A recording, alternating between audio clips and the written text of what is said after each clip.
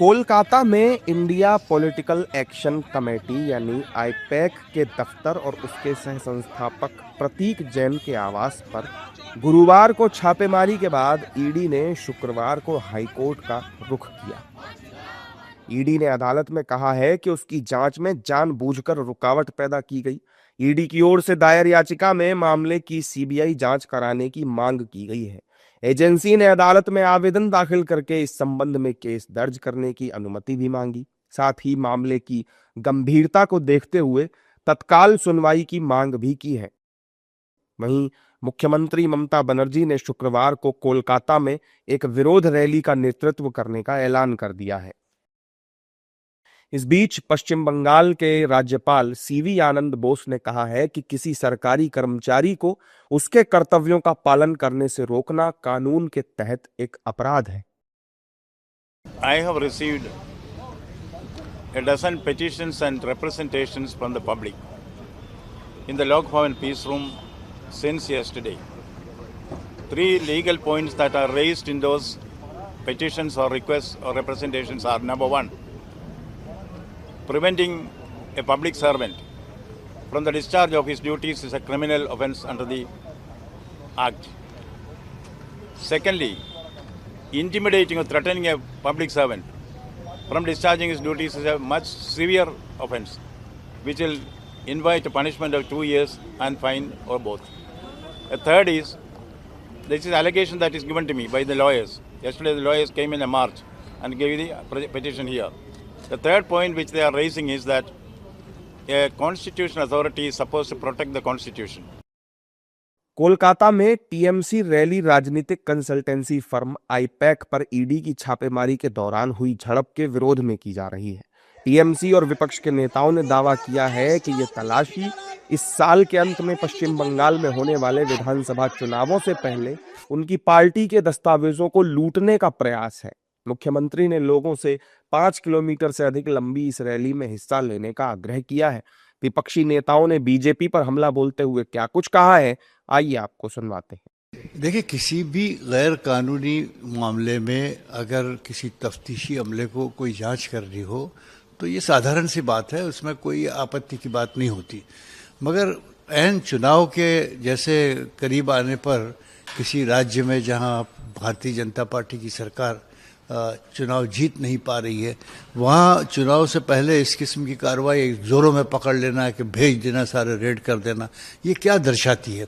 इससे लोगों के दिमाग में एक बात आती है, निष्पक्ष तरीके से विचार करने वाला भी ये सोचेगा कि ये एक दबाव डालने की साजिश करने की कोशिश है।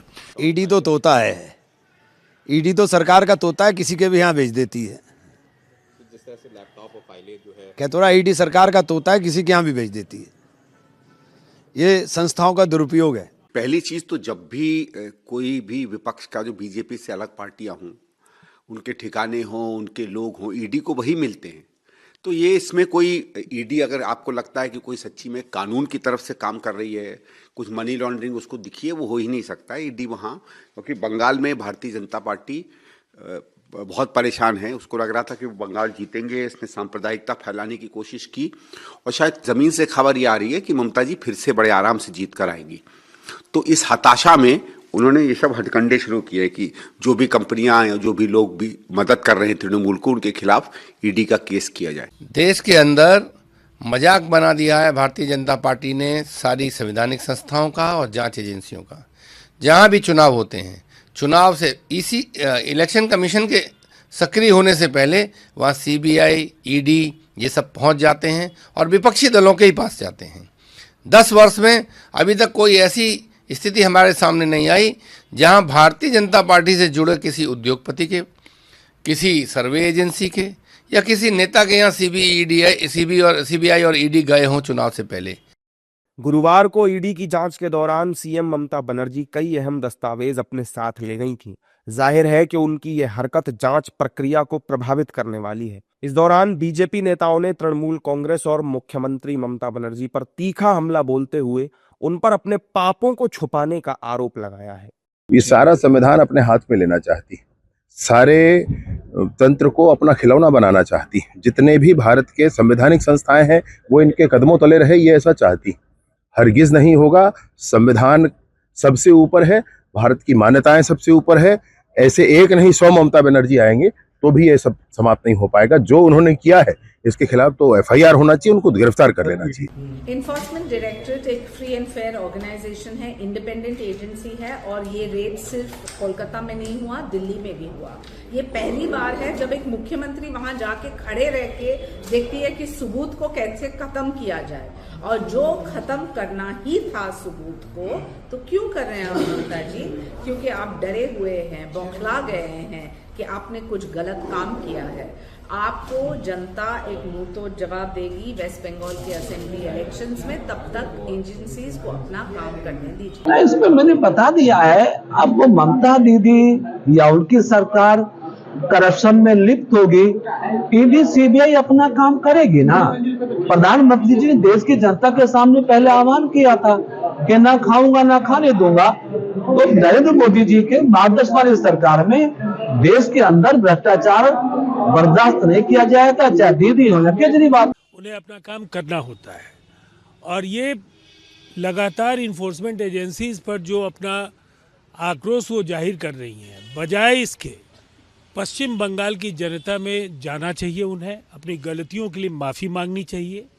जिस तरह से अराजकता का साम्राज्य पश्चिम बंगाल में है, हालात उनके लिए प्रतिकूल हैं और उनकी वापसी नहीं होने जा रही है।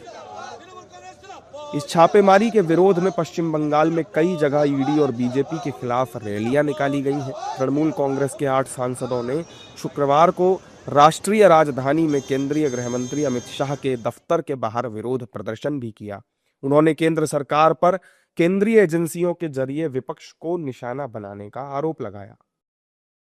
ये बोल रहे थे इनका जो सीनियर ऑफिसर है वो अब आए नहीं, रूट पे है, कोई वीआईपी मूवमेंट चल रहा है, ऐसे बोल के 2 घंटे हम लोगों को डिटेन करके रखा है। हम लोग बोला हम लोग को छोड़ दो, नहीं तो आपका जो प्रिजन है वहाँ पे डाल दो।